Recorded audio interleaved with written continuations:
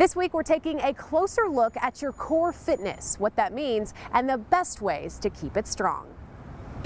I'm here now with Tim Clark, and today we are talking about core. I think that word gets thrown around a lot, and people might not know exactly what that means.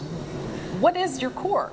So specifically, I mean, you probably can find a lot of definitions depending who you talk to. In my mind, core is any muscle that would be from about chest, the bottom of your chest, to your hips, and all the way around your body would be considered core. You want to work that out because why? So we're fighting Newton's third law of motion. For every action, there's equal opposite reaction, right? So if the core isn't strong, anytime I pull or push, my core is either going to be pulled towards that object or away from that object. So I don't have a good solid base or backing with which to move from. So it's the efficiency of movement, basically, if you have a strong core, if that makes sense. So how do we work it out? What are some good exercises?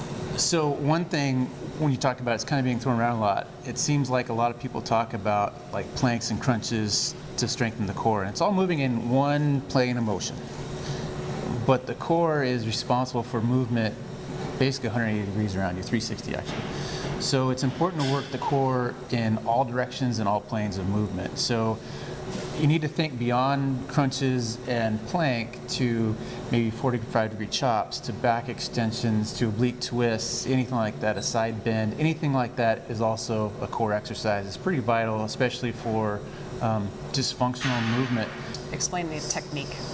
What are we looking for? When you think of oblique twist, maybe think of your middle is like a coiled spring. And how many times should we try to get these in?